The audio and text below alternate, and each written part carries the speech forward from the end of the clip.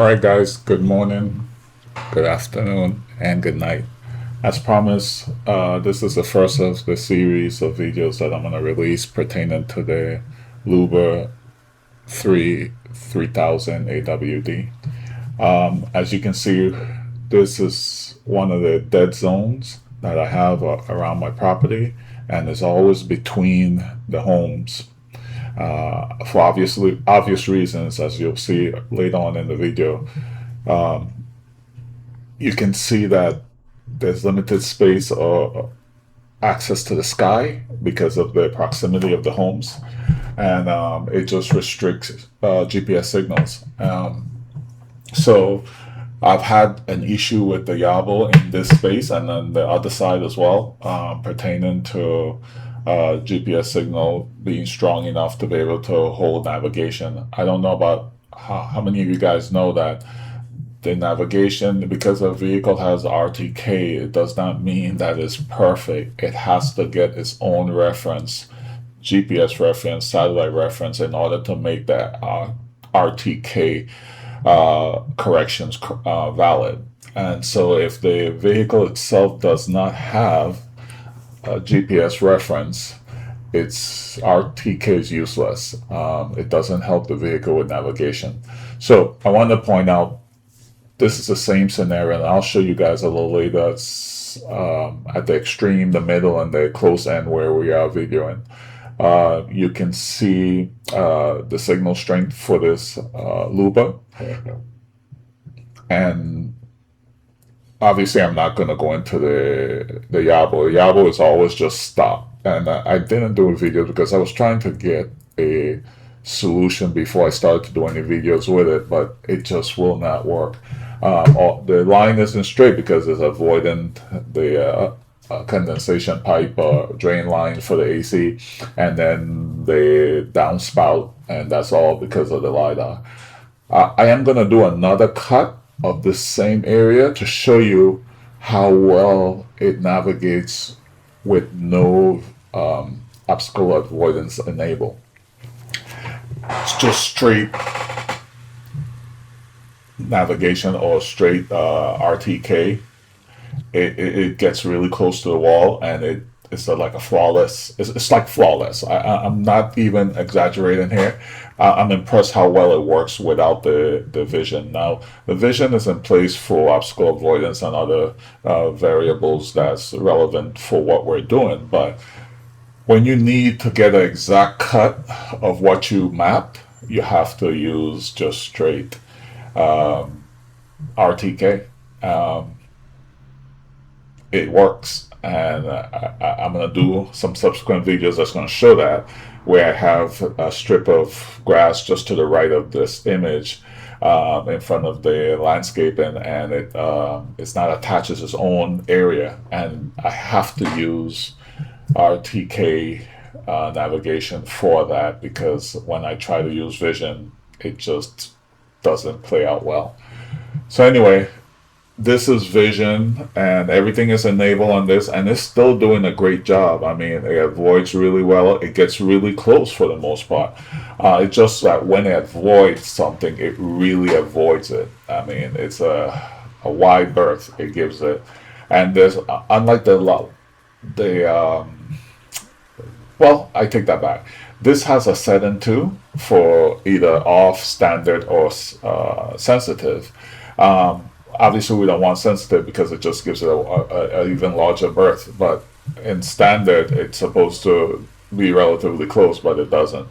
It sometimes does a great job, then sometimes it varies a little more than you would expect it to adjust, right? So, but as you can see, it's holding the wall pretty close to where I mapped it, and I'm impressed with that. Like I said, the only and you'll see coming up shortly, the only issue you'll find is when it avoids something, and because that's not a no-go zone, right? I just let it detect the object and avoid it naturally, which is hard to make that no-go zone because I can't encompass the area around it, right? So As you can see, the cut is not bad, and the proximity to the wall is not bad, even with the LiDAR and the AI Vision active.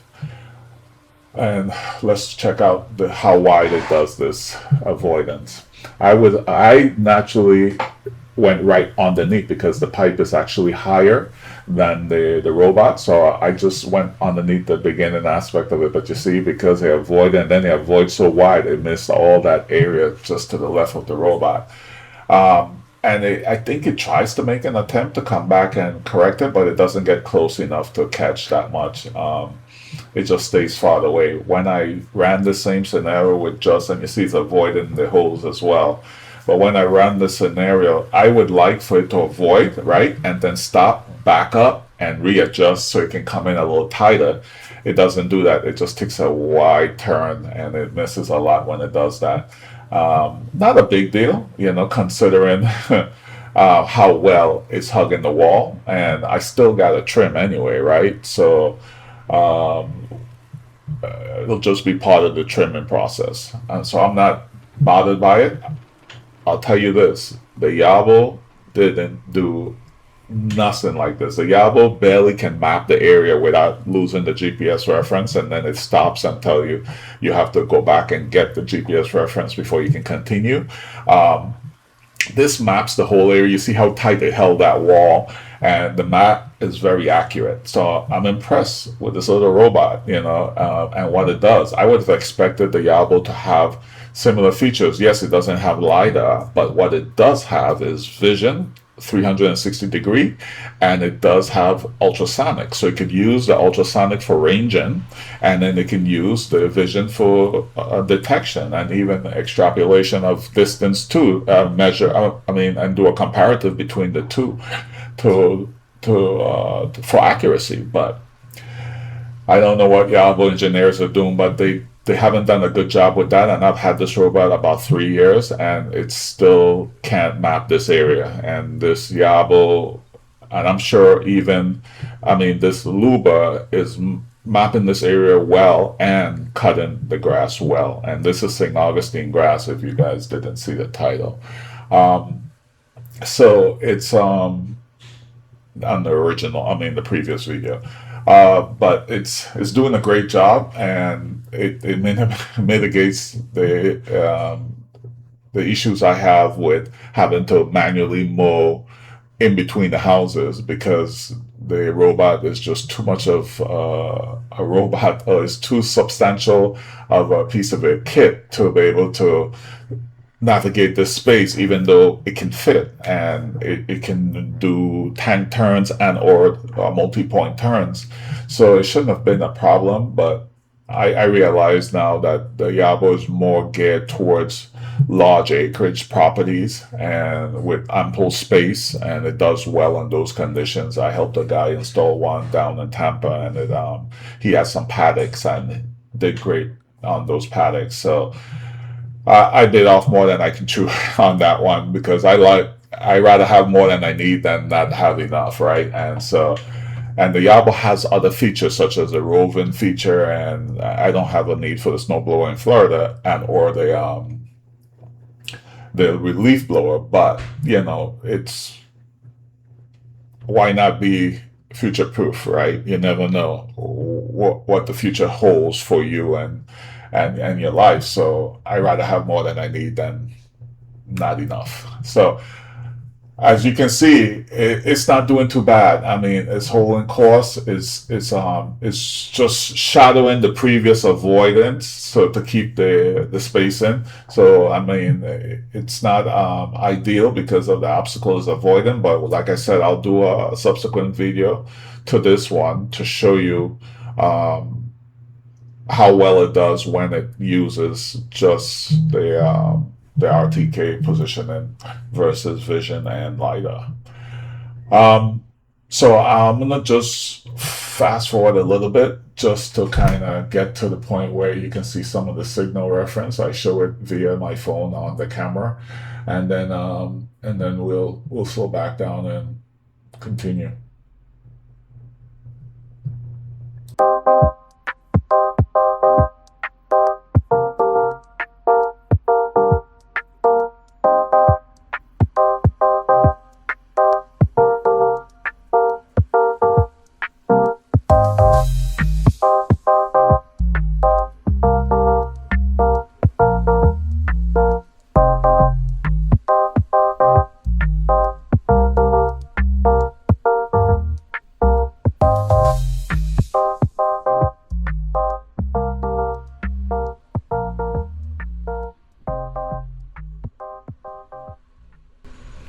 so you guys can see that the RTK signal is good, but it's on this far end, which is closest to the backyard.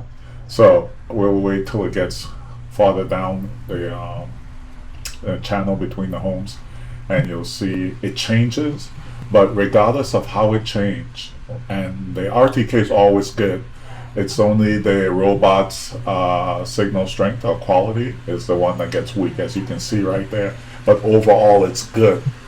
And as you can see, how straight is making these paths or these yard lines, and that's with a weak robot signal, right? I think this is quite impressive, considering what I've been through. Again, I'm not trying to knock on Yarbo, right? I realize now that they're just not there when it comes to dead reckoning or functioning outside of the strong RTK and GPS signal to the rover or to the robot. Mammotion has done a great job, and I'm saying this for someone who paid full price for his robot, right? There's no bias. I mean, and this is a very unbiased statement. It's doing a great job, and I feel like I got my money's worth. And I'm just starting out with the thing, so I don't know where we're gonna be in a few weeks or in a month. But I'm gonna keep you guys on this journey with me to figure out how well this robot can cut my lawn consistently, and see what the reliability of the robot is. We still have 1 to 5 more areas to cut, and I'm gonna have you guys cut every single area with me, so you can see how it performs in different size areas, different locations. By far, between the houses, the most difficult of the 6 areas. There's some concerns about the street, the sidewalk area next to the street, because you don't want the robot. I put a fence on the current map for that area, but it can still fall off the edge and get stuck, and that's the problem, right? So I'll have to continue playing with that and refining it. But you guys will be with me on that journey to see it cut and see how well it performs, and then we'll go from there, But as of right now, it's performing well, and I'm gonna make sure that you guys are able to see every aspect of my yard and how well it cut every aspect of my yard. What I am gonna do is show I probably won't do the voiceover detailing how well it's cutting, what it's doing, what it's not doing. I'll do a subsequent video, and I mentioned this, showing just the RTK GPS tracking, or mowing rather. I'll do it just no vision, no. This is just to show you the sky view is very limited between the house, but I'll do no vision, no LiDAR. It'll just be strictly bumper and RTK GPS tracking, and see how much it improved the lines as well as the positioning as it cuts. And I'll do that for every section. So what I'll do, I'll release a video like this showing we're talking about it, it's cutting, fast forwarding through the parts that I don't need to narrate, just to show how well it functions. So it'll be maybe just music and at a fast forward pace, so maybe 8x, right? Just showing you that it cut that same area in a different way. I really would like to have it do it at 1x at slow speed. Again, I'm showing that on that side of the house it's a good positioning status, but the robot is weak and it goes back and forth. Once it clears the roof on that side of the property, it gets signal from the street area where there's more space and more visibility to the sky, and it gets stronger. But in between the house, it's still doing way better than Yarbo, and that's where I'm fixed on, because yeah. But we're gonna get through this, and I'll show exactly what I'm showing on this for all the subsequent videos. Even when I do the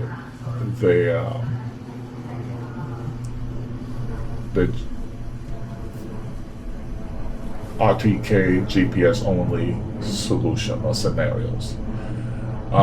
So it turned there because I think it's trying to clean up some of the work when it did the initial laps, perimeter laps. So you might see it do some funny turning. I think it's just cleaning up some of the areas that it missed. At the end of this video, at this end to the right, I don't know if you guys can notice because of shadow, but it did, when it cut, it did miss a segment of grass, and it does come back and clean it up. And I know because I've seen the video, right? And I was there while it was cutting, so I know exactly what it did. But let's go back into fast forward after this reveal. Good, weak, good. See, so I won't show any more of this. I think it's evident that the rover itself, or the robot itself, has a weak signal in between the houses.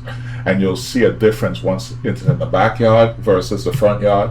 Or in between the houses, the robot, for the most part, always have a weak signal. But Motion does a great job of compensating with the vision, with the LiDAR, and with the RTK. It compensates in a way, and that's that tri-fusion setup they have, right? And so I pan down to show that it gets this segment here off to the right, but yeah, it's hard to see with the shadow on the grass, but it gets it, trust me. So let's get you guys back into a fast forward mode, cut through the rest of this grass, and then I'll have my final thoughts at the end.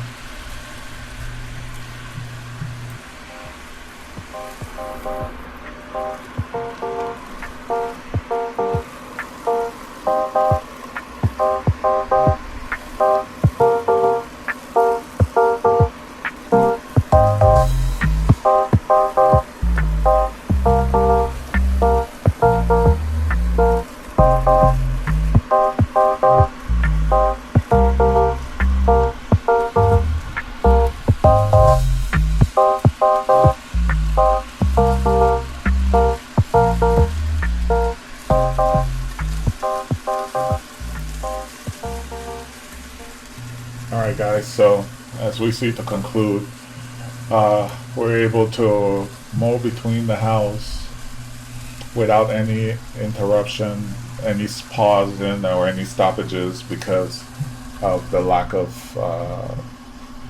position and references, right? Whether RTK, in this case, it won't be RTK because this is net RTK, but the robot's GPS signal, even though we saw that it showed weak, it still had enough references to be able to navigate the space without having a undue or unnecessary stoppage, like I have experienced again with the Yarbo constantly. So the tri-fusion solution for Mammotion works really well, and this is evidence of that. I'm telling you, this is as bad as it gets. So like I said, we'll follow up with some subsequent videos, and we'll show you the next area, and I'll do a secondary video on this area with just the RTK and GPS references. All right guys, God bless you all. I'll speak to you in the next one. Take care. Bye.